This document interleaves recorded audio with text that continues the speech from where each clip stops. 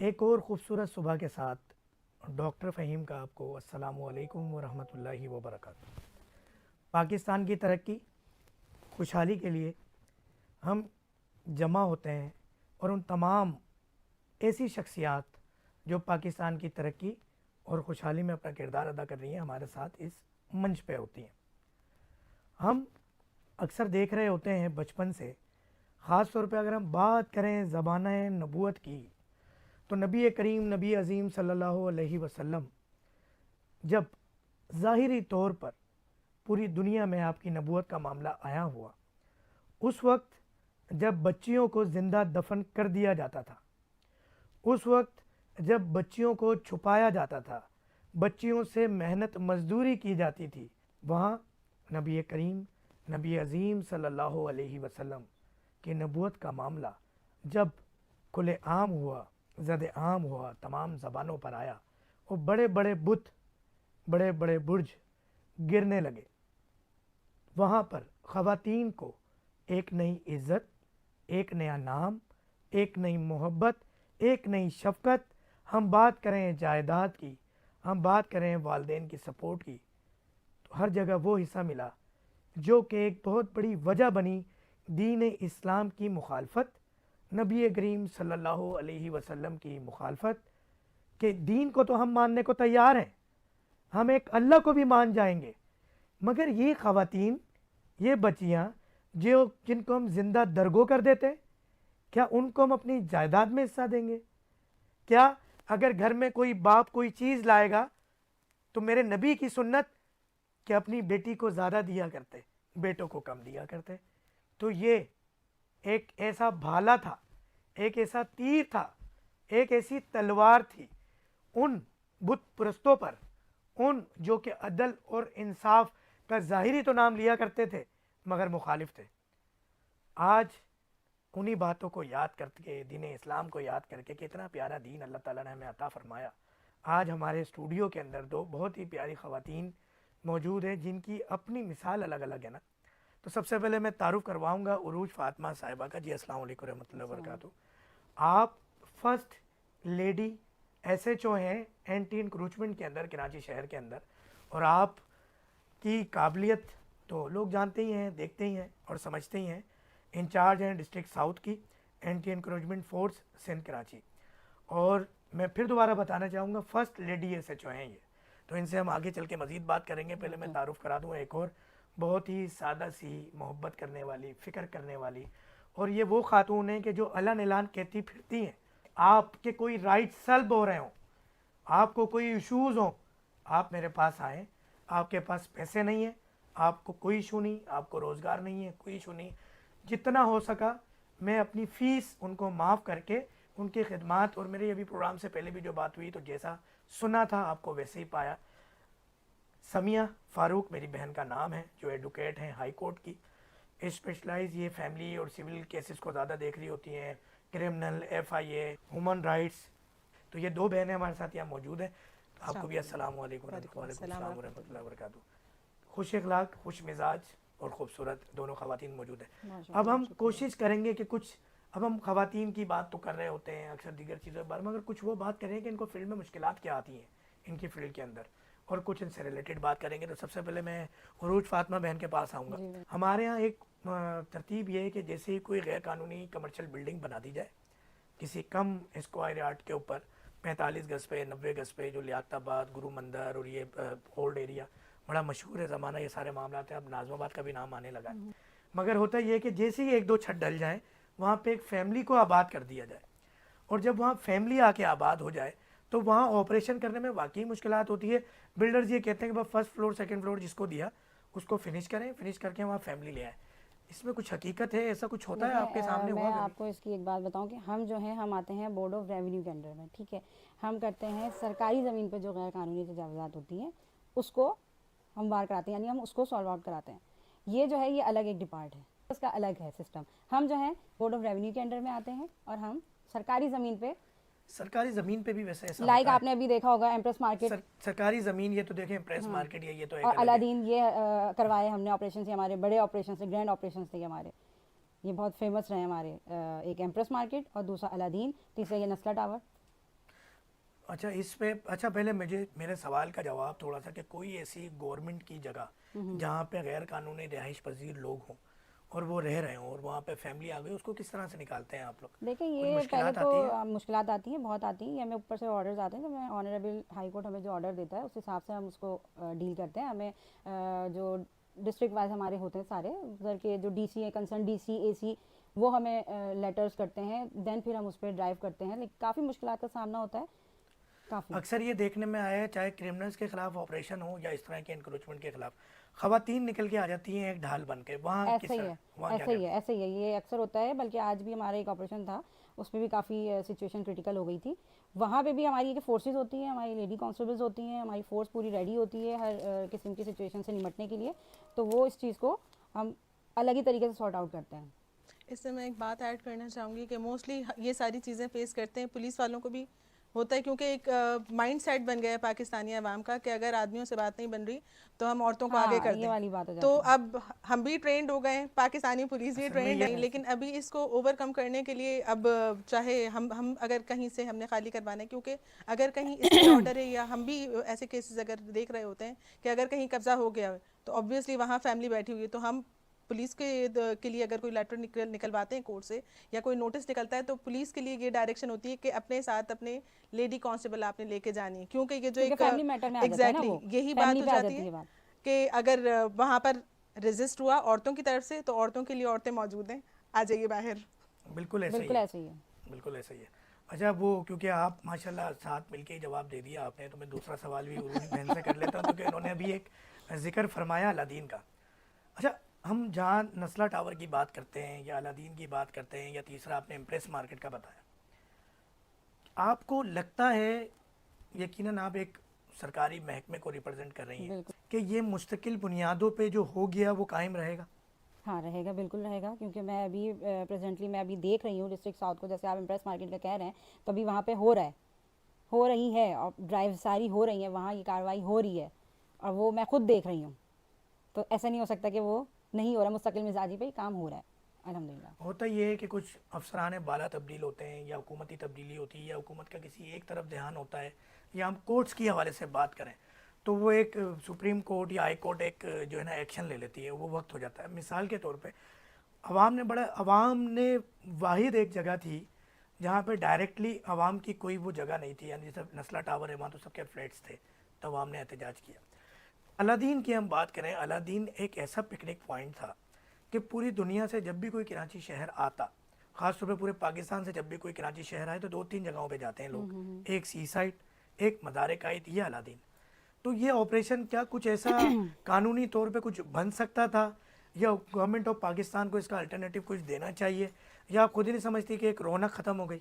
हाँ, ये आप सही कह रहे हैं। अगर एज हम सिविलियन देखा जाए तो एक रौनक ख़त्म हो गई रोड की, लेकिन ये कोर्ट के ऑर्डर्स थे, तो उसे फॉलो करना तो हर फोर्स का बनता है। अब आवाम यहाँ पर ये पूछती है कि जब इम्प्रेस मार्केट हो, नस्ला टावर हो या अलादीन हो, यहाँ पर जब ये तजावीज़ात शुरू होती हैं, आपके 22 से 25 महकमे इजाज़त देते हैं, जब कहाँ था कानून? देखिए जी, आवाम तो जाहिर सी बात है सवाल करेगी। मीडिया हमारा माशाल्लाह इतना आज़ाद है, बिल्कुल ऐसे ही। और कि सवालात पे सवालात होते रहते हैं, तो हर सवाल का जवाब तो नहीं बनता। मगर सिविलियन, अगर आप एज अ सिविलियन सोचें तो ये एक नुकसान है कराची शहर का जो अलादीन का हुआ। अब एक सिविलियन को अगर नहीं आप पता देखें कि वो अगर आप कानूनी जगह देखें है तो गैर कानूनी बहुत, जगह है। तो उनको बताया ना, ये चीज़ करके उनको इन्फॉर्म किया ना कि ये सही नहीं था। मेरी बहन जब ये सही नहीं था तो शुरू कैसे हुआ? सालों तक, अब वो जो 25-30 चीज़ साल तक शुरू कायम रहा। हुई, वो तो पता नहीं कौन आया कौन गया, कितने चेंज हुए, कितना क्या हुआ, ये तो ना मुझे पता ना आपको आपको नहीं पता। लगता इन्हीं सारी वजूहात की बना पर जो इन्वेस्टर्स हैं, जो पूरी दुनिया से आके इन्वेस्ट करना चाहते हैं, अलादीन जैसा एक ब्रांड बनाना चाहते हैं, पवेलियन एंड क्लब जैसा एक ब्रांड बनाना चाहते हैं, नस्ला टावर जैसी एक रिहाइश देना चाहते हैं, उनको क्या मैसेज जाएगा? फिर इसमें नुकसान होता ही नहीं होता? नुकसान होता होगा। मिसाल के तौर पे आज मैं एक नई जगह पे इन्वेस्टमेंट करता हूँ और मैं आज के जो हुकूमत के 25 इदारे हैं, हम उनसे इजाज़त लेते हैं और इजाज़त लेके वहाँ पे एक बिल्डिंग बनाते हैं। जब वो नस्ला टावर बन जाता है, जब वो पवेलियन एंड क्लब बन जाता है, जब वो अलादीन बन जाता है, और बनने के भी काफ़ी अरसे बाद अचानक इस तरह के एक्शंस होते हैं, देखें, तो नुकसान आपकी तो बंदा बता देता है, लेकिन अगर उसका उन्होंने सॉल्व भी किया, उनको कुछ दिया भी है, तो वो तो नहीं उसने बताया होगा, वो तो नहीं बताएगा वो कि हाँ मगर जी हमें इसका जाना भी दिया गया है, हमें इसका ये भी किया गया है। तो वो तो नहीं बताया, वो नुकसान तो बंदा बता देता है अपना। हर्जाना तो क्या हर्जाना मिलेगा इतनी बड़ी जगह का या इतनी अब सारी ये तो चीज़ों मैं का। नहीं कह सकती, ये तो मैं आपको एक बात कह रही हूँ कि इंसान अपना नुकसान बता देता है, लेकिन ज़रूर साइड में कोई गवर्नमेंट ने रखी होगी ना उसकी कोई चीज़, उसका कोई हल तो रखा होगा, उनको कुछ तो किया ही होगा उन्होंने, वो तो नहीं बताया होगा उसने। मगर आवाम का तो बराह रास्त नुकसान होता है, आवाम को वो नहीं मिल पा रहा होता कि जो एक, चाहे वो बिल्डर्स को मिल गया होगा, कोई रिलैक्सेशन दे दिया गया होगा, कुछ ना कुछ होगा, मगर जो बराह रास्त आवाम मुतासिर हुई उसका क्या होगा। कभी कभी आपकी मीटिंग्स हो कुछ हो तो ये आवाम की आवाज़ पहुंचाइएगा आगे। चले, मैं इंशाल्लाह आवाम की आवाज़ भी पहुंचा दूंगी वैसे आवाम का काम है, आवाम है वो सवाल कर सकती है। कराची शहर में एहतजाज होने भी नहीं चाहिए ना, हम उसकी तकवीत देते हैं पूरी दुनिया बिल्कुल की तरह, क्योंकि एहतजाज से नुकसान हुकूमत का ही होता है और हुकूमत का नुकसान एक आवाम का ही नुकसान होता ऐसा ही है। है। अच्छा, अब मैं बहन आपकी तरफ आता हूँ, सामिया फारूक। फारूक बाजी। एक बड़ा ही मशहूर निज़ाम एक चल पड़ा है कि लड़की शादी कर लेती है अपनी मर्ज़ी से। एक कोर्ट मैरिज के नाम से एक लफ्ज़ है जो बड़ा मशहूर हो गया, उसको बड़ी तकवीत मिल गई। अब वो बच्ची कोर्ट जाती है, लड़का साथ कोर्ट जाता है और कोर्ट मैरिज हो जाती है, फ्री विल एक साइन होता है। एक तो ये तरतीब, एक तरतीब कुछ और है जो इससे भी बढ़ के है, जिसका कोई कानून भी नहीं है, कि फ़ोन पे लड़का लड़की बात करते हैं या मुलाकात करते हैं, लड़की के ऊपर एक माशरे की सख्ती होती है, ख़ास तौर पे जिन घरों में सख्ती होती है, वालिदैन सख्ती कर रहे होते हैं, तो बच्ची उसको नेगेटिव लेती है, जबकि ये उसके फ़ायदे के लिए होता है अक्सर जगहों पर, कुछ जगह गलत भी होता होगा। अब उसको एक फ्रीडम चाहिए होती है, तो एक लड़का कह देता है बस मैं तुझे कबूल, तू मुझे कबूल, और ये एक फ़ोन पे या फिज़िकली बगैर किसी गवाह के 18 साल से कम उम्र ये निकाह हो जाता है, और वो एक मियाँ बीवी जैसी ज़िंदगी बगैर किसी को बताए गुजार रहे होते हैं।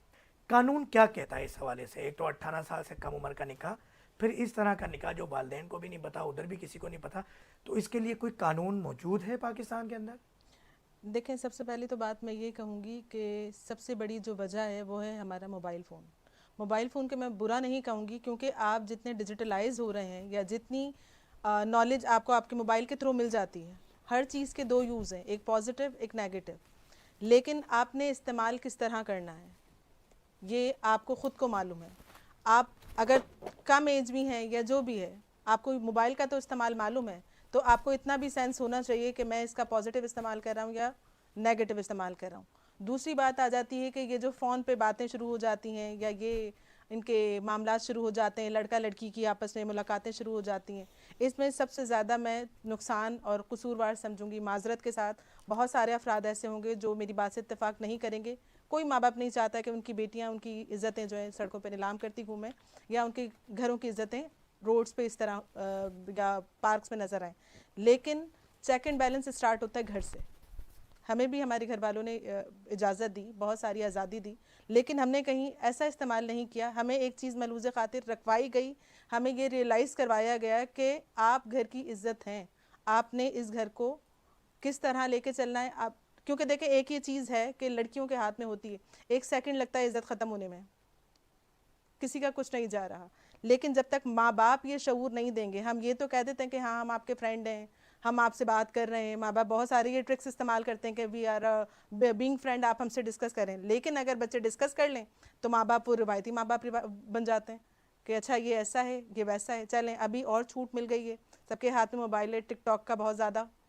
अब टिकटॉक पे ही आपकी मीटअप्स हो रहे हैं, आप मिल रहे हैं, आप पाकिस्तान टूर पे जा रहे हैं, इन विच कैपेसिटी आप जा रहे हैं, आपका उससे कोई रिश्ता नहीं है, आपका वो रिश्तेदार नहीं है। यहाँ तो रिश्तेदारों में भी इस्लाम की तरफ से वो हैं रिस्ट्रिक्शंस हैं कि आप किससे मिल सकते हैं किसके साथ नहीं। मैं खुद भी यहाँ बैठी हूँ, लेकिन मेरे लिए ये मामला है कि मैं एक प्रोफेशनल लाइफ गुजार रही हूँ, मुझे मेरी हुदूद का मालूम है। लेकिन जब एक 18 साल की बच्ची घर से पाकिस्तान टूर के लिए निकल रही है, पेरेंट्स को नहीं मालूम, रोड्स पे वीडियो बनाते घूम रहे हैं, पेरेंट्स को नहीं मालूम, ये सारी चीज़ें तो देखनी है ना। मैं सिर्फ एक इंडिविजुअल की बात नहीं करूँगी, मैं सबको मालूम करूँगी, क्योंकि देखें आजकल जो भी हो रहा है, अभी ये रेशो आप देखें, अभी जो सोसाइटी में हो रही है, ये सारी चीज़ें अभी आपको ज़्यादा नज़र आने शुरू हुई हैं।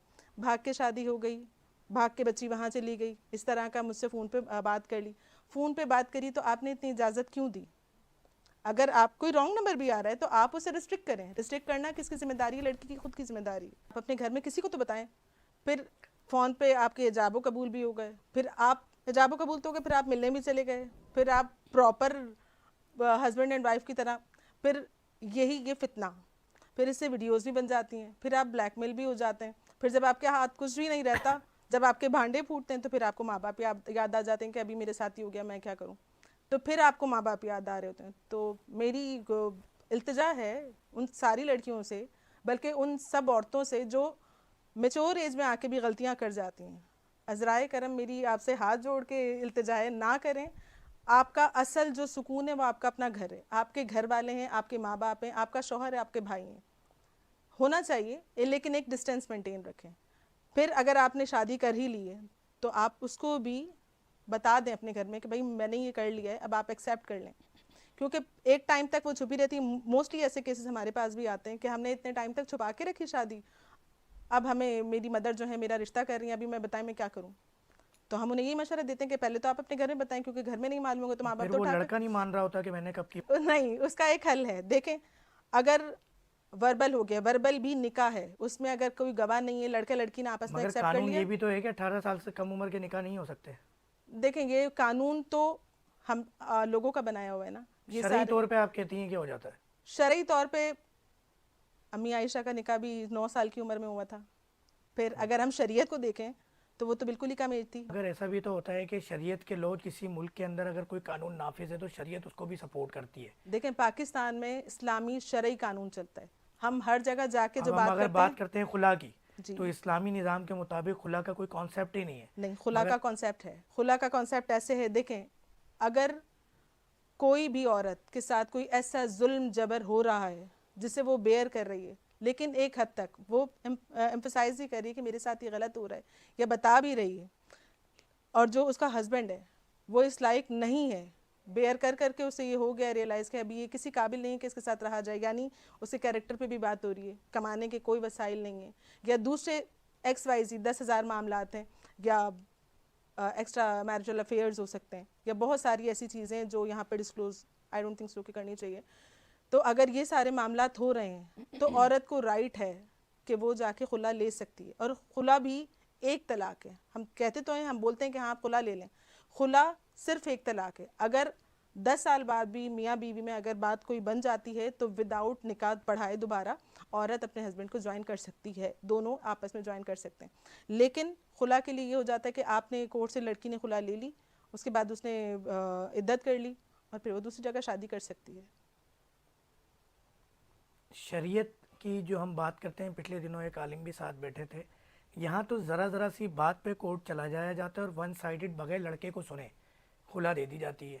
लड़के को पता ही नहीं होता, उसके बाद लेटर आ जाता है कि भाई मैं तुम्हारी बेगम नहीं। अच्छा, ये वाली जो बात है, ये हम भी बहुत सारी चीज़ें फेस करते हैं, ये सारी चीज़ें हमारे सामने भी आती हैं, जो इस तरह की खुलाएँ हैं जिसमें लड़की मोस्टली तो ऐसे भी केसेस लड़के लेकर आते हैं हमारे पास कि भाई ये तो मेरे साथ रह रही थी, जब एक्स पार्टी हो गया तो मेरे हाथ में लेटर आया कि मेरी तो खुला हो गया, मैं जा रही हूँ, सामान उसने बांध लिया है।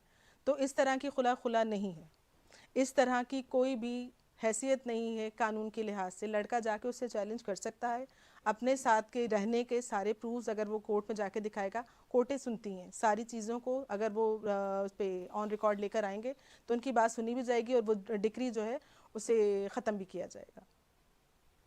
तो ये दो अलग अलग केसेस हैं, इसके अंदर बिल्कुल हम बात ऐसे ही करें। है। हम अब अपने सवाल की तरफ आते हैं। तो आप इस हवाले से कोई कानून नहीं कि एक लड़का किसी लड़की को कम उम्र को बहला फुसला के अपनी तरफ माइल करता है, थोड़े अरसे अपने पास रखने के बाद जितनी भी लिमिटेशन के साथ जितनी बच्ची को आज़ादी है घर से जाने की, घर पे बुलाने की, थोड़े अरसे बाद जब वो कहती है मुझसे शादी करो या ऑफिशियली निकाह करो या मैं घर वालों को बताने जा रही हूँ मेरा रिश्ता है, तो वो बैक फुट पे चला जाता है।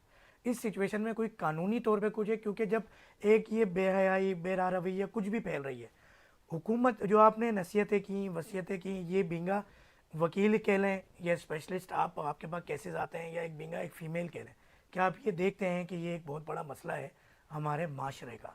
कानूनी तौर पे हुकूमत की तरफ से कोई कानून है? देखिए, हुकूमत की तरफ से चाइल्ड मैरिज रिस्ट्रेन एक्ट है। ये जो लड़कियां घर से भाग जाती हैं, मैं उसी टॉपिक पे आती हूँ, लड़कियां घर से भाग जाती हैं या लड़कियां छुप के शादी कर लेती हैं, फिर वो माँ बाप पे इल्ज़ाम लगा रही होती हूँ कि हमें इन्हें जान से हमारा इनसे जान से खतरा है, या वो शादी करके फ्री वापस विल पे अपने। यही साइन किया जाता है जी कोर्ट बिल्कुल, मैरिज? नहीं बाकायदा पेपर भी लिखवाते हैं ना वो, उस पर अपना अंगूठा भी बनाए, आजकल तो अंगूठे भी दिलवाले बन रहे हैं कि दोनों बना दें, आजकल ताकि बहुत ये ना सी हो चीज़ें आ रही कि मैंने अपनी मर्जी से किया है निकाह, मुझसे मेरे साथ कोई ज़बरदस्ती नहीं। फिर होता ये है कि निकाह करके वापस अपने घर भी आ जाती हैं, फिर नहीं बता रही हैं, रिलेशन बन रहे हैं, फिर कोई चीज़ सामने आ गई है तो फिर माँ बाप को बता रही हैं। माँ बाप कैसे करें? फिर अगर लड़का मानने से इनकारी है कि भाई मैं नहीं मान रहा कि ये तो शादी है, तो उसमें आपके पास आप प्रॉपर एक FIR कटवा सकते हैं लड़के के अगेंस्ट कि ये निकाह हुआ है, ये निकाह वैलिड है और हमने निकाह किया ये है। तो वो है जिसमें प्रूफ है, जो ज़बानी हो बगैर ज़बान जबानी के। जबानी निकाह भी प्रॉपर निकाह है। लड़की जाके कोर्ट में डिक्लेरेशन लेगी कि ये इस तरह की बात है हमारी आपस में, क्योंकि देखें अभी है मोबाइल का ज़माना ना, मोबाइल पे ही कांटेक्ट हुआ होगा, सीडीआर निकल सकता है, कांटेक्ट कितना रहा, फ्रीक्वेंट कितनी बातें, कितने घंटों की बातें, अभी बातें तो नहीं होंगी, चैट सब तो निकल आती हैं, FIA है, अब तो आराम से सारी चीज़ें निकल आती हैं, भले आप डिलीट भी कर दें। FIA माशाल्लाह बहुत एम्पावर्ड हो गया है। जियो फेंसिंग का पुलिस वालों के पास बहुत अच्छा हुआ है, वो 1 सेकंड में जाके उठा के ले आते हैं कि भाई चलें आपका यहाँ पर पेशी है। रिकॉर्ड होता है। तो अभी ये नहीं है कि अगर कोई ये कह दे कि बैक फुट पे लड़का जा रहा है, मैंने तो किया ही नहीं है, मैं तो नहीं कर रहा, तो अब अगर लड़के यही सोच रहे हैं कि हाँ हम कर लेंगे सब कुछ और हम नहीं मानेंगे, तो ऐसा कुछ नहीं है। लड़कियों को चाहिए कि जाके अपनी कंप्लेंट फाइल करें, कंप्लेंट फाइल करने के बाद प्रॉपर FIR लॉन्च करवाएं या कोर्ट में जाके प्रॉपर डिक्लेरेशन लें निकाह की, क्योंकि निकाह के लिए उन्होंने डिक्लेरेशन, क्योंकि पेपर में तो कुछ है नहीं, तो कोर्ट उन्हें डिक्लेयर करेगी उनके CDR के सारा जो वो है मोबाइल की जितनी भी उनकी रिकॉर्ड वो है चैट है उसके अकॉर्डिंग।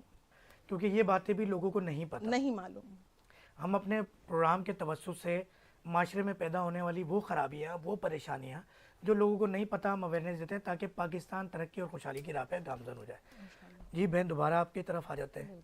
थोड़ा सा बताएं कि एक चीज़ बड़ी नेगेटिव हमारे माशरे के अंदर मशहूर है कि कोई भी खातून किसी भी सरकारी महकमे या इवन के शोबिस की दुनिया के अंदर जाने के लिए बड़े बड़े जो है ना नेगेटिव थ्रोड्स होते हैं, बैरियर्स होते हैं, उससे गुजरना पड़ता है।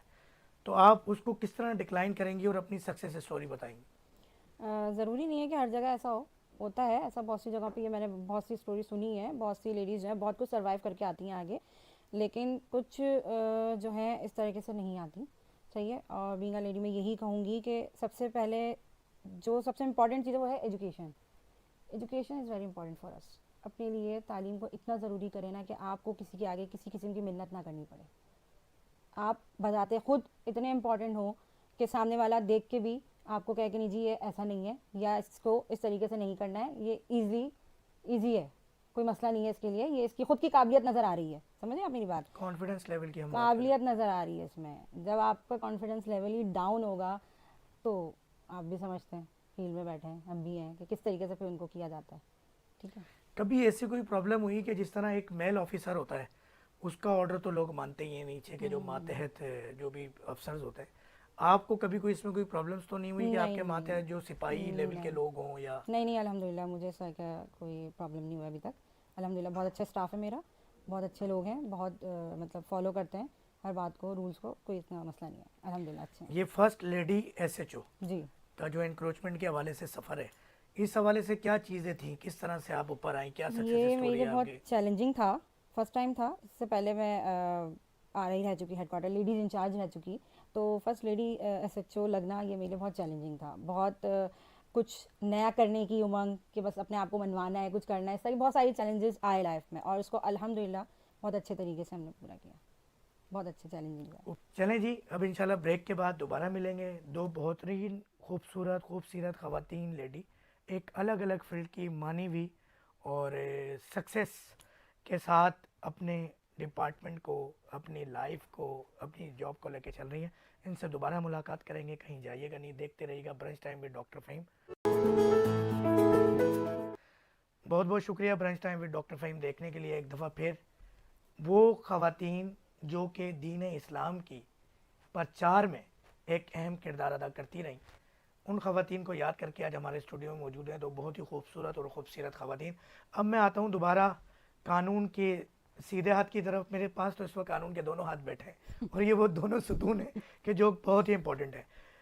सामिया फ़ारूक साहिबा, सवाल एक ये है कि हमें देखने में, सुनने में ये आता है कि अक्सर गरीब डरता है कोर्ट केस करने में और अमीर इसको अपना वेपन के तौर पर इस्तेमाल करता है।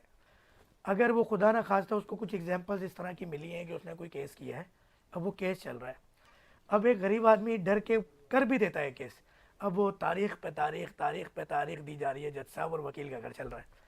तो इस आप अपने आप को कहाँ देखती हैं? और थोड़ी बहुत कुछ, क्योंकि माशाल्लाह आप वेलफेयर के काम करते नज़र आ रही हैं, आप अपने तौर पे तो ये कहती हैं कोई गरीब है मैं फ्री में केस कर दूंगी, मगर कभी सोचा उन वकला हजरात के खिलाफ आवाज़ उठाने का? नहीं, देखें मैं इसमें ये कहूँगी कि अगर कोई, ये एक कॉन्सेप्ट बना हुआ है कि तारीखें मिल रही हैं, हमारा केस नहीं चल रहा, कोई वकील ये नहीं चाहता, क्योंकि हमारी कोशिश ये होती है कि केसेस जल्द से जल्द वाइंड अप हो, क्योंकि जो इंसान हमारे पास कोई मसला लेकर आ रहा है वो मसले में है तो हमारी तरफ आ रहा है ना, और अगर हम भी उसे मसले का बिल्कुल आदी ही बना देंगे, वो फिर कॉल करते हुए भी हमें सोचे कि हाँ अभी मैं वकील साहब को कॉल करूँगा, ये मुझे नया मसला सुना देंगे, तो ऐसा नहीं है। हमें हमारी तरफ से ये कोशिश होती है कि जल्द से जल्द केसेस ख़त्म हो, जो रिलीफ लेने आए हैं उन्हें आप फ़ौरन तो मिले। फ्री में कर रही हैं, आपकी कोशिश तो ये है जो हर पेशी पे जो कभी भी डेट लगती है वो डेट लगाने के, पेशकार के, इसके उसके देखिए, बाद में मैं पेपर वर्क होता है, इसके भी पैसे होते हैं। ये चीज़ को मैं एक्सेप्ट करूंगी किसी हद तक, लेकिन किसी हद तक चलें, आटे किसी हद में तक नमक भी के कर दें। बराबर। और जितने भी प्रैक्टिसिंग लॉयर हैं, हम इस तरह की जो प्रैक्टिस करते हैं या उन्हें साइड रख लें और हम जैसों को रख लें, तो हम ये अच्छा नहीं समझते, क्योंकि एक बंदा अगर कोर्ट आ रहा है, वो अपनी परेशानी में आ रहा है, वो अपनी पेशी में आ रहा है। मैं अपनी अगर प्रैक्टिस बताऊं तो मैं अपने क्लाइंट्स को नहीं बुलाती, जब उनकी ज़रूरत होती है मैं एक दिन पहले बता देती हूँ कॉल करके कि आप इतने बजे आ जाइएगा, मैं आपको इतने बजे मेरी ही बहन, कोर्ट में मिलूंगी। आपकी बात कुछ अलग है, मैं फिर कह रहा हूँ कि वो बंदा बुलाता देखिए, है अपने क्लाइंट को जो एक आध दफा बुला के जलील ख्वार उनको तो कराता मैंने है, कह दिया ना, फिर आटे में अगली नमक दफा है। जब ऑफर होती है भाई तुम नहीं आना, उन्हें पिछली दफा भी बुलाया था, मेरा सारा दिन बर्बाद हो वो गया, मेरी पेशी भी नहीं, नहीं हुई। देखिए उसमें थोड़े से सर्कमस्टांसेस हो जाते हैं, माइट भी, हर जी शऊर हैं, जी नू इंसान है, उनके साथ कोई परेशानी भी हो सकती है। कभी हाई कोर्ट में केसेस लग जाते हैं, कभी किसी दूसरी को, क्योंकि देखें कोर्ट्स का थोड़ा सा डिस्टेंस है, मलीर कोर्ट से सिटी कोर्ट आना such a long route, high court में प्रैक्टिस बिल्कुल डिफरेंट है, वहाँ पे हमारा पूरा पूरा दिन भी लग जाता है। लेकिन अगर हमने क्लाइंट को बुलाया हुआ है, कोर्ट बैठा हुआ है, वो मुझसे भी हो जाता है, तो मैं उन्हें ज़रूर इंटीमेट कर देती हूँ कि मुझे यहाँ टाइम लग रहा है। मेरी बहन, एक तो बुलाया ही इसीलिए जाता है कि उसको थोड़ा परेशान करेंगे, तो अगली पेशी पे वो बोले कि यार आप खुद संभाल लेना, बस वो थोड़े आटे में से नमक के बराबर है ना, क्योंकि देखें अभी के जो न्यू जनरेशन आ रही है ना फील्ड में, उनका माइंडसेट बिल्कुल चेंज है। अच्छा, ये एक अच्छी बात है, ये आपने जो जो निशानदेही की, इससे मैं एग्री करूंगा कि मेरे कुछ वकील हजरात से मुलाकातें भी रही, इवन के जज साहब से बैठ के बात हो रही तो कह रहे हैं हम चाह के भी केस जल्दी नहीं ख़त्म कर पाते, वकील हजरात का भी जो है ना एक प्रेशर होता है, और ये एक हकीकत है पाकिस्तान में। पाकिस्तान की तरक्की खुशहाली के लिए एक बहुत बड़ी रुकावट है, इसको बेहतर होना होगा, मगर ये एक हकीकत है कि जो नई जनरेशन आ रही है उसका तरीका वारदात कुछ और है। तरीका वारदात कह लें या रोज़ी रोटी कमाने का तरीका कह लें, वो कहते हैं भाई जो एक सिलसिला चला आ रहा है वकील हजरात का, अगर उस तरह करोगे किस्तें बनी रहेंगी पठान की बीसी की तरह। बिल्कुल ऐसे ही। आप मुझे भर के पैसे दे दो पूरा, चाहे मुझे कितनी दफ़ा भी जाना पड़े, इतने अरसे का टाइम होगा, आपको इसके बाद 1 रुपया नहीं देना, आपकी 3-4 किस्तें होंगी, आप एक जो है वो केस दायर करते वक्त एक 3-6 महीने बाद, 1 साल या 2 साल बाद मैं आपको ना बुलाऊंगा। ये देखिए वो डील बता रहा हूँ, क्योंकि हम वहाँ बैठे ये वो होते हैं। डील है जो मैं आज से पहली बार सुन रही हूँ। अच्छा, वो आप सुन रही है, मगर नई जनरेशन का तरीका वारदात ये है नहीं, नई कि वो जनरेशन का जो मैंने कोर्ट किया वो मैंने इस वजह से किया क्योंकि जो हम प्रैक्टिस कर रहे हैं, जो नई जनरेशन है वो ये चाहती है कि केसेस खत्म हो, क्योंकि देखें क्लाइंट से क्लाइंट मिलते हैं, मेरी रोजी रोटी क्लाइंट्स वो हैं। ये कहते हैं कि केस 6 महीने चले या 2 साल हमारे जुम्मे है, हम ना पैसे बढ़ाएंगे ना आपसे बार बार पैसे, जो डन हो गया वो डन है। अगर आपको डेली बेसिस पे चलना है तो फिर वो पेशकार के वक्त देते रहना, खर्चा पानी और चीज़ें अब चलती ये डेली रहेंगी। बेसिस वाले जो वकील हैं वो भी मैं आपसे पहली बार सुनी है, कौन से वकील हैं मैं देखना चाहती हूँ। नहीं, अब वो वो कहते हैं आप ना, वो एक सब मछली पूरे तालाब को गंदा करती Exactly. है, वो वाली बात है। बिल्कुल, असल में ये तमाम बातें यहाँ करने का मकसद ये है कि चीज़ों का लोगों को अवेयरनेस हो और कहीं ना कहीं हकाम अदालत तक हमारी बात जाए, और जहाँ आप जैसे अच्छे लोग भी प्रैक्टिस कर रहे हैं वो बात भी जाए कि गवर्नमेंट ऑफ पाकिस्तान की तरफ से या सिंध गवर्नमेंट की तरफ से या ये जो अदालती एक जो जजेस साहिबान होते हैं इनकी तरफ से भी कुछ यहाँ पे भी सो मोटो और चीज़ें होनी चाहिए कि लोग जब इंसाफ के लिए supreme court, high court, city court आए तो वो घबराए ना। देखें, लोग तो फर्स्ट टाइम कोर्ट आने से भी घबरा रहे होते हैं, लोग वकील से बात करते हुए भी घबरा रहे होते हैं। वकील अल्लाह ना करे कोई जिन भूत नहीं होते, वो आपके मसाइल हल करने के लिए बैठे हुए हैं, क्योंकि देखें डिग्री हमने इस वजह से ली हुई है। लोग पुलिस से भी बात करते हुए घबरा रहे होते हैं। देखिए, बात करने का तरीका होता है, अगर आप जाते के साथ ही ये शुरू हो जाएंगे कि हाँ भाई मुझे तो सारा कानून मालूम है, अब आप बताएं आप मेरे लिए क्या करेंगे, तो फिर पुलिस और वकील भी उसी तरीके से बताएंगे कि हम क्या करेंगे। तो लिहाजा देखिए, आप अपने मामले को सॉर्ट आउट करवाने के लिए आ रहे हैं तो आपको भी वही अपना गैस शो करना है कि हाँ आप अपनी आसानी के लिए ही आ रहे हैं। बाज़ों का ऐसा भी होता है, हमें बहुत सारे ऐसे भी क्लाइंट्स मिलते हैं, ये कॉमन बात कर रही हूँ वकीलों के लिए, कि ऐसे भी आ जाते हैं जो बैठ के हमें कानून पढ़ा रहे होते हैं, आपको पता ही हूँ, तो हम उनकी शक्ल देख रहे होते हैं। क्या ईमानदारी से सोचें, गरीब फैमिली इस वक्त खास तौर पे जो पिछले दिनों कोविड का एक सीन गुजरा उसके बाद से जो एक अच्छे तबके के लोग थे वो भी निचले तबके में आ चुके हैं, बड़ी बड़ी फैक्ट्रीज बंद हो चुकी हैं, यहाँ झूठ, धोखा, कब्जा, माफिया बहुत आम हो चुका है। तो ये अदल और इंसाफ एक गरीब तक पहुँचने के लिए इस निज़ाम का बेहतर होना ज़रूरी है। देखिए, मैं इसमें एक ज़रूर आपके प्रोग्राम के तवज्जुह से ये बात कहूँगी, हम जब आ रहे होते हैं ना कोर्ट, अगर बीइंग ए साइल मैं देखूँ, मैं कोर्ट की तरफ जा रही हूँ, मेरी कोई परेशानी है, तो हम ढूंढते हैं कि कम पैसों में जल्दी काम। कोर्ट में कोई काम जल्दी नहीं होता और हर चीज़ की एक वैल्यू है, एक उसकी कॉस्ट है। आपको कॉस्ट कॉस्ट वाली बात नहीं अच्छी कर नहीं, दी ये आपने। मैं आपको, क्योंकि देखें प्रैक्टिस, मेरा जो रोजी रोटी है वो यही है, मैं कमाने के लिए निकल रही हूँ, मैं अपने घर का आराम छोड़ के निकल रही हूँ। बहुत सारे मेरे इर्द गिर्द के जो मामलात हैं, मेरा घर का किचन मेरी वकालत से चल रहा है, तो अगर मैं उसको ही पसे पुश डाल दूंगी, मैं एक हद तक कर सकती हूँ, लेकिन अगर इंडिविजुअल कैपेसिटी में मैं कर सकती हूँ, हाँ मैं कर लूँगी। लेकिन मैं दूसरे वकीलों की बात करूँ तो वो अपने घर से निकल के आ रहे हैं कमाने के लिए, फिर लोग आके क्या कोशिश करते हैं कि हमें कम पैसों में जल्दी काम मिल जाए, फ़ौरन एक सेकंड में हो जाए, हथेली पे सरसों जाए। ऐसा नहीं होता। अब अगर आपने अपना मामला हल करवाना है, आपने अपने केस को प्रॉपर तरीके से करवाना है, तो मेरी अज़राए करम एक ये इल्तिजा है कि आप वकीलों से रब्ता करें। तो जितने भी वो हजरात जो अपने किसी भी मसाइल के हल के लिए कोर्ट की तरफ जा रहे हैं, तो वो प्रॉपर वकीलों से ही मशवरा लें। मेरी ये एक ये मैसेज होगा, हज़ारों देखने वाले लोग हैं, हज़ारों सुनने वाले लोग होंगे जो इस बात को वो करेंगे कि अगर आपको एक मशवरा भी लेना है ना, आप इर्द गिर्द से ना लें, आप किसी वकील से ले लें। वकील भले आपसे फ़ीस चार्ज नहीं करेगा, लेकिन आपको एक अच्छा कानूनी मशवरा दे देगा, क्या पता आगे चल के आपके किसी काम आ जाए। आपसे ये बात करने का मकसद ये था कि आप गरीब आवाम का एक दर्द रखती हैं, क्योंकि आपकी तरफ से एक ऑफ़र है, हमारे प्रोग्राम में भी कोई भी आप रब्ता कर सकते हैं कि कोई भी ऐसा जो कि अपने अखराजात से कोर्ट केस नहीं कर पाता, उसमें जितना होगा इनकी तरफ से सपोर्ट होगी और इनकी जो कंसल्टेंसी फ़ीस है वो माफ़ होगी। एक तो आपसे ये बात करना कि ये देखा गया ऐसे वकील हज़रात हमें कम मिलते हैं, या तो वो किसी वेलफेयर से या कहीं से अटैच्ड होते हैं और वहाँ से ज़ाहिरी तौर पे तो वो ऐसी ऑफर कर रहे होते हैं, मगर पीछे से वो डबल कुछ ना कुछ कर रहे होते हैं। आपको नहीं, सब पता मेरी है। कोई एनजीओ रजिस्टर्ड नहीं है, बिल्कुल मैं ऐसे ये ही क्लियर कर दूं। मुझे पता मैं है। इंडिविजुअल कैपेसिटी में कह इसीलिए रही मैं हूँ, आपसे ये बात करने का क्योंकि मकसद है कि कल को पाकिस्तान का माशी हब कराची शहर में हुकूमत पाकिस्तान का कोई बड़े लेवल का कोई आपसे रब्ता करे इस प्रोग्राम के तहत कि उसने देखा कि आप ये खिदमत मोस्ट कर वेलकम। रही हैं और आप कोई ऐसा किरदार अदा करना चाहें जिससे आवाम का कॉन्फिडेंस बिल्डअप हो। हर कोई वकील माशाल्लाह पढ़ के आ रहा है, और जब वो कोई डिग्री, जब भी कोई वकील डिग्री लेता है या किसी भी प्रोफेशन, माशाल्लाह आप खुद डॉक्टर हैं, आप खुद भी लाइसेंस्ड होंगे, जब भी कोई लाइसेंस्ड बंदा होता है ना, तो वो अपने जो प्रोफेशन है उसकी डिग्निटी को मेंटेन रखता है। तो जो ये माफिया वाला सिस्टम है ना, ये वो हैं जिनका इस चीज़ से कोई लेना देना नहीं है। ये जो मोटरसाइकिल और व्हीकल के ऊपर वकला हजरात नंबर प्लेट के साथ लिख देते हैं वो 2 तराजू, क्या कानून में इसकी इजाज़त है?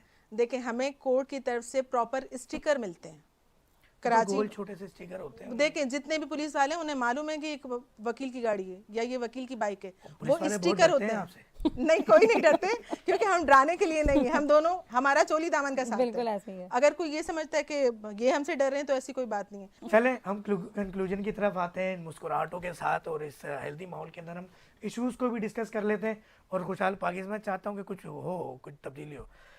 आपसे सवाल ये है कि ये निज़ाम चेंज होता है, रेट बढ़ जाते हैं इंक्रोचमेंट के। मिसाल के तौर पे ये पथारे लगे हुए, पहले 100 रुपये दिया करते थे रोज़ाना, अब 500 रुपये हो गए। नहीं, ऐसा नहीं है। मैंने आपको क्या कहा, मैं खुद वर्किंग में हूँ, मैं ऑन फील्ड हूँ, मैं जगह पे मौजूद होती हूँ और मैं खुद सर्वे करती हूँ। ऐसा नहीं है। ऐसे अगर बहुत से देखें ऐसे, हाँ, इंक्रोचमेंट को चीज़ों को किया गया, देखा गया, थोड़े अरसे बाद वो दोबारा बन गया। नहीं ऐसा नहीं है। ऐसी अगर बहुत कोई इस सारी तरीके से जगहें करता हैं। है ना, तो उसकी बहुत बड़ी कार्रवाई की जाती है, उसके खिलाफ पूरी इंक्वायरी बैठती है, पूरी इन्वेस्टिगेशंस होती हैं। अगर कोई इस तरीके से करता है तो उसके खिलाफ कार्रवाई आज कराची शहर में किसी एक सियासी तंजीम की इजारादारी नहीं रही। आज वो बात नहीं। आज कानून को नाफिज करने के लिए जो मुर्तज़ा आप साहब को और जो हम बल्दियाती गवर्नमेंट की बात करें, इंक्रोचमेंट के हवाले से सिंध गवर्नमेंट का बहुत अच्छा मौका है। क्या वाकई इतना साजगार माहौल कभी मिला आपको? नहीं, मैं अभी जैसे आपको पता चला एज अ फर्स्ट लेडी आई हूँ, जब से मुझे तो अल्हम्दुलिल्लाह बहुत अच्छा मिला है सिस्टम, बहुत अच्छा माहौल है, जो काम हो रहा है बहुत अच्छे तरीके से हो रहा है, और अल्हम्दुलिल्लाह बहुत अच्छी, मतलब कहते हैं ना गुड बुक, वो चीज़ चल रही है हमारी, बिल्कुल वर्किंग ऐसे चल रही है। और मैं यही कहूँगी ऐसे ही होना चाहिए। मैं जाऊँ, मेरे बाद कोई और है, और जितने भी डिस्ट्रिक्ट्स में जितने भी हैं दुआ इसी करें तरीके किसी से सियासी तंजीम को उरूज ना मिले। रोज़ हर किसी को मैसर नहीं। बिल्कुल ऐसे ही है। बहरहाल बहुत खुशी हुई आपका बहुत प्रोग्राम में तशरीफ लाने का। दोनों बहनों का शुक्रिया। बहुत शुक्रिया। बड़ी आप लोगों से मुस्कुराहटों के साथ बड़े तल्ख सवालात भी हुए और आपने उनका जवाब दिया मुस्कुराहटों के साथ। पाकिस्तान की तरक्की और खुशहाली के लिए हमें अपने दिलों को बड़ा करना होगा, तनकीद का हंस के मुस्कुरा के जवाब देना होगा, और जहाँ खामियाँ हों उनको ठीक करने की भी ज़रूरत है। उम्मीद है आप भी जो कि इस प्रोग्राम को देख रहे हैं और हमारे मेहमान भी पाकिस्तान की तरक्की और खुशहाली के लिए अपना अपना हिस्सा डालते रहेंगे। पाकिस्तान जिंदाबाद, पाक फौज जिंदाबाद, ये दोनों नारे ऐसे लाजिम और मलजूम हो गए कि इसके बगैर पाकिस्तान का गुजारा नहीं है। अस्सलामु अलैकुम वरहमतुल्लाहि वबरकातुहू।